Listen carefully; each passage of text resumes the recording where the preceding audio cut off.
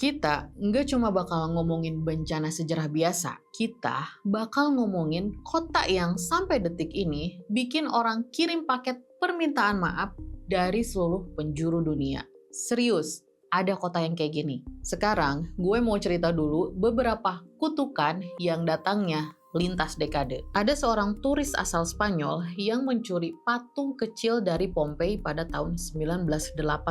Waktu itu dia lolos dari pemeriksaan. Nggak ada yang nangkep dia. Nggak ada yang tahu perbuatannya. Dan tahun-tahun kemudian dia kirim balik patung kecil itu disertai surat. Di dalam surat itu dia bilang, benda ini udah ngutuk seluruh keluarga gue bertahun-tahun. Lalu cerita kedua, ini kejadian di tahun 2024 kemarin. Masih baru nih sobat. Seorang turis muda iseng ngambil beberapa batu apung dari reruntuhan Pompei. Ya, kalian gak salah dengar. Yang dia ambil bukan patung, bukan artefak juga. Cuman batu biasa di jalanan Pompei. Kalian tahu apa yang terjadi setelahnya? Setahun kemudian, dia divonis kanker. Waktu itu sih dia masih bilang, ya memang udah takdirnya aja kali. Si turis muda ini masih nggak terima dan dia akhirnya kirim balik batu yang udah dia ambil ke Pompei dengan satu surat. Gue nggak tahu soal kutukan ini. Gue nggak tahu kalau nggak boleh ngambil batu. Tolong terima permintaan maaf gue. Gue harap gue bisa sembuh. Dan selanjutnya, apa yang mau gue ceritain ini adalah cerita yang paling terkenal. Seorang turis bernama Nicole berasal dari Kanada. Tahun 2005, dia liburan ke Pompei dan iseng ngambil 2 ubin mosaik, 2 pecahan guci, dan sepotong dinding keramik. Dia pikir nggak bakal ada yang ngeh juga. Dan habis itu, hidupnya mulai kacau. Dia terkena kanker, usahanya bangkrut. Masalah dateng nggak berhenti-berhenti. Selama 15 tahun, Nicole ngerasa kayak ada yang ngutuk dia. Sampai akhirnya, dia kirim balik tuh batu ke pengelola Pompei, lengkap sama surat permintaan maaf. Dia nulis di suratnya, gue ngambil sesuatu yang terhubung sama energi orang-orang yang sudah nggak eksis di dunia dengan cara yang paling mengerikan. 3 orang, 3 dekade yang berbeda, semuanya berakhir mengirim balik apa yang mereka ambil sambil minta maaf ke kota yang udah membeku 2000 tahun lalu. Kalian semua boleh skeptis. Tapi asal tahu aja ya, kalau ini bukan soal klinik biasa. Ada sesuatu yang lebih mind-blowing di balik kota ini yang jauh lebih ngeri dari sekedar batu terkutuk. Pompei, lo pasti tahu kota ini. Di pelajaran sejarah ada, filmnya juga ada. Estetika reruntuhannya sempat viral di sosmed. Tapi sebelum ngomongin kenapa kota ini bisa bikin orang ngirim surat permintaan maaf lintas benua, gue rasa lo perlu kenalan dulu sama kotanya. 24 Agustus 79 Masehi, Vesuvius meletus. Kolom abu naik 20 mil ke langit. Dan ini bagian yang masih nempel di kepala gue sampai sekarang. Suhu di Pompei waktu itu mencapai 250 derajat Celcius. Itu suhu yang cukup bikin buat otak lo meledak. Beneran meledak. Para peneliti nemuin tengkorak korban yang pecah dari dalam karena cairan otak mendidih dan gak ada tempat kabur. Di Herculaneum, kota tetangganya yang lebih dekat ke kawah, suhunya bahkan mencapai 400-900 derajat. Cairan tubuh bisa mendidih dalam hitungan detik. Dan ini bagian yang bikin gue keringet dingin sendiri waktu pertama kali baca. Waktu arkeolog mulai menggali Pompei berabad-abad kemudian, mereka menemukan sesuatu yang gak ada di reruntuhan manapun di dunia. Bisa gue bilang, kalau Pompei adalah kota yang membeku di momen paling gak biasa. Coba lo bayangin, ada roti yang masih di dalam oven. Gosong, tapi masih ada di sana. Ada meja makan yang masih tersusun rapi. Ada coretan di dinding soal pengumuman pemilihan yang gak pernah sempat dibaca sama siapapun. Dan yang paling berat, ditemukan juga seekor anabul terikat pada tiang di lantai bawah. Kemungkinan waktu abu naik perlahan, dia terus naik ngikutin talinya sampai talinya habis. Dan sayangnya nggak ada yang sempat ngelepasnya. Ini bukan kayak ngelihat candi tua yang kelihatan kuno dari jauh. Ini kayak kalian tiba-tiba ngepost kehidupan orang lain dan semuanya masih di tempat yang sama. Tapi orangnya hilang begitu aja. Gue rasa ini ada kaitannya sama kenapa 3 orang tadi nggak bisa tenang setelah pulang dari Pompei. Tapi itu bisa kita bahas nanti ya sobat. Karena sekarang gue mau ngajak kalian buat tahu lebih banyak gimana wajah kota ini sebenarnya saat masih hidup. Pompei bukan kota biasa yang slow terus kena musibah gitu aja. Bisa gue bilang, kota ini tuh liar. Coba kalian bayangin kota pelabuhan paling rame di zamannya. Teluk Napoli, tanah subur, anggur enak, minyak zaitun, ekspor ke seluruh kekaisaran Roma. Pompei itu pada dasarnya pusat bisnis sekaligus tempat hedon kelas 1. Populasinya sekitar 11.000 sampai 20.000 orang. Campuran orang kaya, pedagang, budak, dan tentara. Infrastrukturnya canggih parah untuk ukuran zaman itu. Ada sistem ekodak yang ngalirin air dari 40 km jauhnya. Ada 3 pemandian umum gede yang jadi tempat nongkrong warga. Ada teater batu muat 5.000 orang yang manggung tiap minggu. Serius, ini bukan kampung destinasi untuk slow living. Ini tuh kota yang hidup banget. Dan saking hidupnya kota itu, warganya juga on brand. Dinding-dinding Pompei penuh grafiti. Bukan grafiti vandal biasa. Ini tuh grafiti kehidupan sehari-hari. Ada slogan kampanye pemilihan, ada rayuan gombal, ada makian ke tetangga, dan ada, ini beneran ada ya, tulisan yang secara gamblang menawarkan jasa prostitusi lengkap sama menunya. Sobat Sobit, warga Pompei pada dasarnya ngeposting di tembok kota. Ibaratnya nih ya, tembok kota mereka kalau zaman sekarang tuh kayak medsos, minus algoritma aja. Belum lagi soal hiburannya.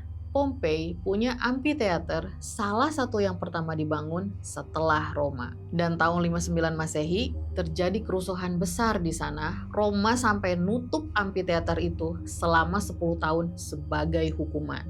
Jadi ya, kota yang nanti membuku dalam abu itu, waktu masih hidup, isinya drama, hedon, politik jalanan, dan penuh chaos. Hal ini juga sebenarnya yang bikin kerasa ironis banget. Kota yang sehidup itu bisa berhenti dalam hitungan detik. Oke, ini pertanyaan yang paling sering muncul tiap orang baru dengar soal Pompei. Kenapa mereka nggak kabur saat kejadian itu? Maksudnya gini, gunungnya meletus, abu turun, langit gelap. Lo nggak ngerasa ada yang salah? Lo nggak langsung lari? Jawabannya lebih kompleks dari yang kelihatan. Dan kalau lo dengerin baik-baik, lo bakal nyadar sebenarnya kita saat ini nggak jauh beda sama mereka. Dalam psikologi ada yang namanya bias normalitas. Gampangnya gini sobat, otak manusia secara default selalu nyari alasan buat percaya semuanya baik-baik aja. Bahaya harus kelihatan gede dulu baru otak kita mau mengakui kalau itu tuh bahaya beneran. Jadi, waktu abu mulai turun, perlahan di Pompei, sebagian besar warga mikir, ini mah paling cuma abu biasa, bentar juga reda. Terus ya mereka lanjut masak, lanjut ngurus anak, lanjut nulis. Otak mereka bener-bener sedang dalam mode ini tuh bukan urusan gue. Dan tanpa mereka sadari, si bukan urusan gue itu lagi jalan ke arah mereka dengan kecepatan yang sangat tinggi. Dan ada satu fase lagi yang bikin ini makin gak masuk akal. Ada tokoh psikologi yang namanya Elisabeth Kubler-Ross. Dia ini terkenal ngebahas soal fase duka. Dalam teorinya, dia bilang reaksi pertama manusia waktu ketemu hal yang gak bisa diterima adalah penyangkalan atau denial. Berpura-pura seakan semuanya gak beneran terjadi. Otak kita punya mekanisme buat nunda panik, karena panik secara energi itu mahal. Warga Pompei mungkin udah tahu ada yang salah, tapi otak mereka bilang, tenang, ini pasti berlalu. Dan nahasnya gak berlalu. Hasilnya adalah yang kita lihat sekarang. Pompei membeku persis di momen yang paling biasa. Inilah yang bikin Pompei nggak cuma sekedar reruntuhan. Sobat Sobit, gua mau tanya sesuatu dulu. Pernah nggak lo ngeliat foto di lorong kosong? Entah itu di mall, atau koridor sekolah, atau kolam renang yang lampunya masih nyala, tapi nggak ada orang. Terus tiba-tiba lo ngerasa ada yang aneh ya. Gelisah tanpa alasan yang jelas, bukan takut, tapi ada sesuatu yang rasanya mengganjal di kepala. Kalau iya, lo baru aja ngerasain yang namanya liminal space. Liminal space secara harfiah artinya ruang ambang. Tempat yang fungsinya cuman buat lewat, bukan buat ditinggal. Koridor, tangga darurat, ruang tunggu, tempat-tempat itu dirancang buat ada orang, tapi bukan buat ditinggal lama. Dan Pompei, ini yang bikin gue speechless waktu pertama kali mikirin ini ya sobat. Pompei adalah liminal space terbesar yang pernah ada di dunia nyata. Bayangin, kalian jalan di reruntuhan itu sekarang. Jalannya masih ada, batu-batu besar tersusun rapi, dinding rumahnya masih berdiri, lukisan di dalamnya masih ada warnanya, meja makannya masih di posisi semula, tapi nggak ada satupun manusia. Ini yang bikin Pompei beda dari reruntuhan manapun di dunia.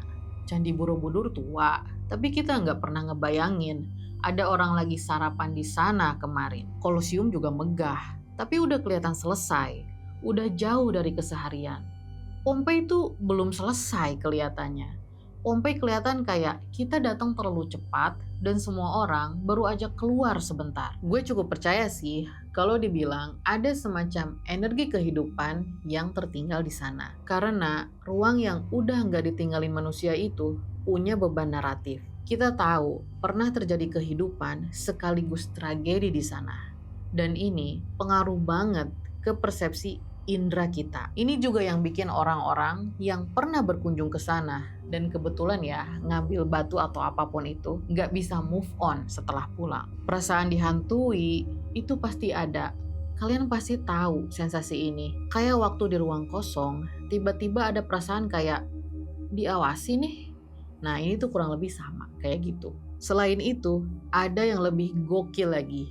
Kita bahkan bisa ketemu sama warganya yang membeku pas momen terakhir mereka. Ada yang lagi nutup muka, ada yang lagi ngeringkuk, ada sepasang yang lagi berpelukan. Ini tuh bukan tulang, bukan patung, tapi cetakan dari momen terakhir orang beneran 2000 tahun lalu. Sebenarnya ada banyak turis yang tangannya nakal, nggak cuma 3 cerita di atas aja sobat. Ini terbukti dengan pengakuan pengelola situs Pompei kalau selama bertahun-tahun mereka nerima kiriman ratusan paket dari seluruh dunia. Semuanya dikirim balik sama mantan pencurinya, lengkap sama surat pengakuan dosa. Suratnya rata-rata isinya sama. Misal, sejak gue bawa ini pulang, hidup gue kacau. Pengelola Pompei akhirnya bikin pameran khusus buat benda-benda ini. Namanya Koleksi Kutukan Pompei. Resmi, ada displaynya, ada keterangannya. Serius, ini ada beneran sobat. Kota Napoli sekarang sebuah kota yang modern,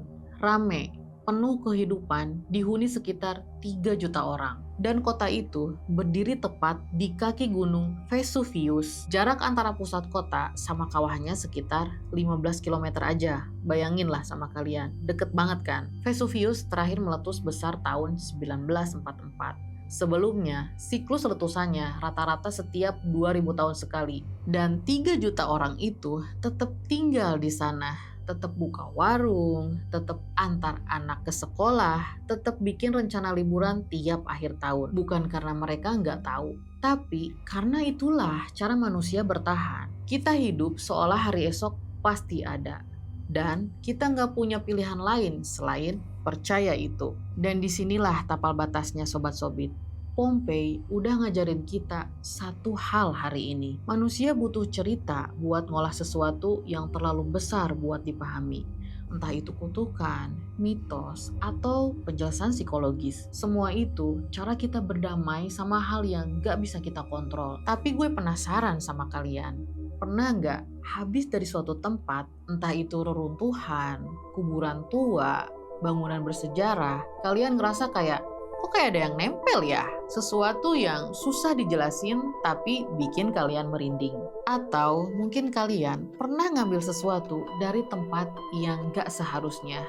Dan setelah itu hidup kalian mulai aneh. Gue tunggu cerita kalian di kolom komentar.